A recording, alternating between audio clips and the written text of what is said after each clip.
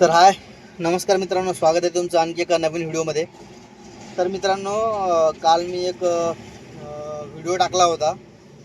तर म्हणजे नाही का, म्हणजे शारीरिकदृष्ट्या आपण फिट कसं राहायचं त्याबद्दल थोडं बोललो होतो. त्यामध्ये मित्रांनो एक 2-3 कमेंट खूप छान आल्या, नाही का. कोणी म्हणजे आपल्याला मित्रांनो लघवीला खूप जास्त त्रास होते, म्हणजे पुण्यामध्ये गाडी चालवत असताना, ओला उबेरमध्ये गाडी चालवत असताना खूप जास्त ट्रॅफिक वगैरे असतं आणि मुतायला खूप जास्त प्रॉब्लेम होते आणि खूप जास्त प्रेशर येतं.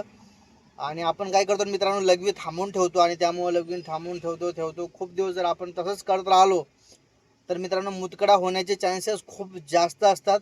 आणि मित्रांनो, हे मी स्वतः अनुभव म्हणजे माझ्यासोबत हे घडलेलं आहे. मला मुतखडा झाला होता एक 5-6 महिन्यापूर्वी, नाही का. आता मला जवळपास 15-16-17-18 महिने झाले मी कॅब चालवतोय. त्याच्या आधी मी स्विगीमध्ये पण काम करायचो. मी स्विगीमध्ये काम करत असताना मित्रांनो माझ्याकडे टू व्हीलर होती. तर टू व्हीलर होती तर आपण आता इथं बघा, मी थांबलोय कल्याणनगरला थांबलोय बघा. आता इथं इथं आता जागा आहे. टू व्हीलर असली तर आपण थोडं इकडं तिकडं जाऊ शकतो कुठं, पण फोर व्हीलरने खूप जास्त प्रॉब्लेम होते. तर काय होत होतं ना, नाही का, ट्रिप घेतली ही इथं बघू पिकअप करायला जाऊ, नंतर लगी करू वगैरे असं तसं, आणि एकदा रोडला लागलोय. मग सिटीमध्ये कुठं थांबायचं मुतायला, नाही का.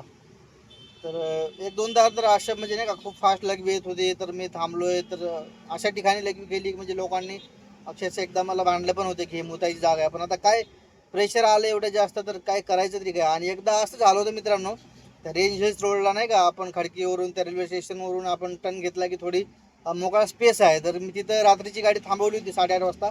तर एक मुलगी होती. तर ते मॅडमला बोललो, म्हणलं मला खूप जास्त बाथरूम येते, मी म्हणलं 2 मिनटं बाथरूम करतो, गाडी साईडला घेतो. मोबाईल वगैरे गाडीमध्ये तिथं होतं स्टँडला. आणि त्यानंतर मी लघवीला गेलो, पण ती मुलगी तिथं अंधार होता, पण मला खूप जास्त लघवी येत होती. मी शिवाजीनगरवरून ती बुकिंग घेतली होती. तर मी त्यांना आल्यावर बोललोय, पण म्हटलं सॉरी, थोडं मला खूप जास्त इमर्जन्सी होती म्हटलं. तर ते म्हणले काही नाही. पण त्यांनी काय केलं होतं ना, व्हिडिओ कॉल केला होता त्यांच्या घरी त्यावेळेला. पण त्यांना मी बोललोय, म्हणलं माझं रेटिंग वगैरे बघा, तसं काही मी खराब ड्रायव्हर नाही आहे म्हटलं, काही घाबरू नका, तुम्हाला एकदम सेफली मी घरी सोडतो. पण म्हटलं थोडं समजून घ्यावं, कारण की म्हटलं थोडं बाथरूम खूप फास्ट येत होते. मी त्यांना जे आहे ते रिअल बोललो, नाही का. आणि मला कधी पण बाथरूम अशी फास्ट आली आणि मला वाटलं की बाबा आता इथं आपल्याला जागा आहे, आपण इथं लघवी करू शकतो, आणि समोर आपण 10-15 मिनटं किलोमीटर कुठं आपल्याला चान्स नाही आहे, तर तशा वेळेला मी काय करतो मित्रांनो, आधीच काम करून घेतो. म्हणजे नाही, कस्टमरला बोलून वगैरे, किंवा मग पिकअप करायला जायच्या आधी असं. आता मी इथं लघवी करायला आलो होतो आणि थोडं रील बघत बघत म्हणलं चला आपल्याला ही गोष्ट आठवली तर व्हिडिओ बनवून टाकू. पण इथं कल्याणनगरमध्ये हा स्पॉट ऑर्डरचा नाही आहे. इथं चांगली ऑर्डर येत नाही. 3 किलोमीटर 4 किलोमीटरवरून पिकअप येते. पण इथं जागा आहे लघवीसाठी, तर इथं आलो होतो मी लघवी करण्यासाठी.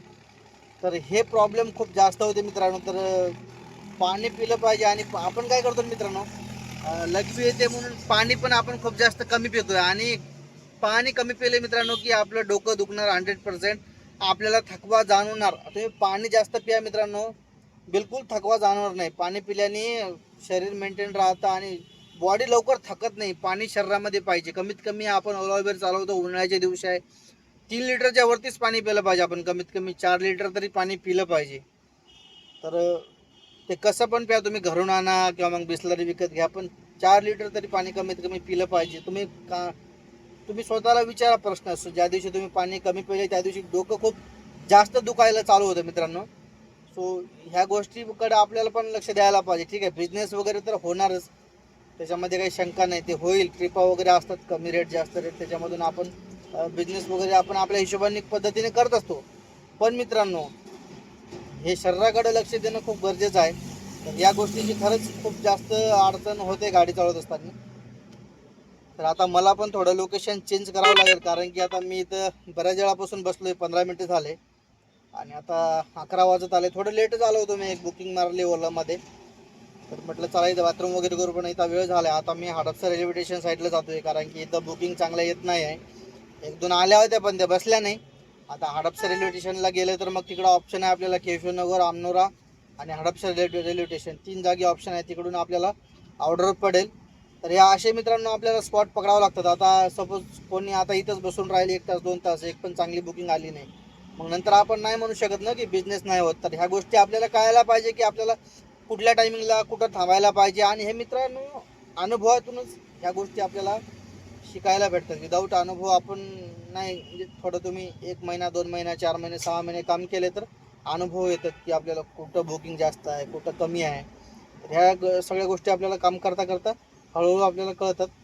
तर आता हडपसर रेल्वे स्टेशनला खूप जास्त म्हणजे ट्रेन्स येतात नाही का, बऱ्यापैकी तिथं ट्रेन थांबतात आता. त्यामुळे तिथून चांगल्या रेटची पण बुकिंग सापडते आणि कधी पण तिथं बुकिंग सापडते. मी सकाळी पण निघालो ना तर तिथे बुकिंग सापडते. तिथं 100% बुकिंग आता सापडणार. नाही सापडली तर केशवनगरमधून खराडी वगैरे किंवा हिंजेवाडी वगैरे पण बुकिंग सापडते. तर आता मी तिकडं जातो. बाकी व्हिडिओ कसा वाटला नक्कीच मला कमेंट करून सांगा. की आंबेगाव पठारच्या इकडं तर आपल्याला जायचं नाही आहे. सो चला, म्हटलं चला तुम्हाला एवढीच माहिती शेअर करू. नक्कीच व्हिडिओ कसा वाटला नक्कीच कमेंट करा, शेअर करा, लाईक करा, सबस्क्राईब करा. भेटूया आपण नेक्स्ट व्हिडिओमध्ये.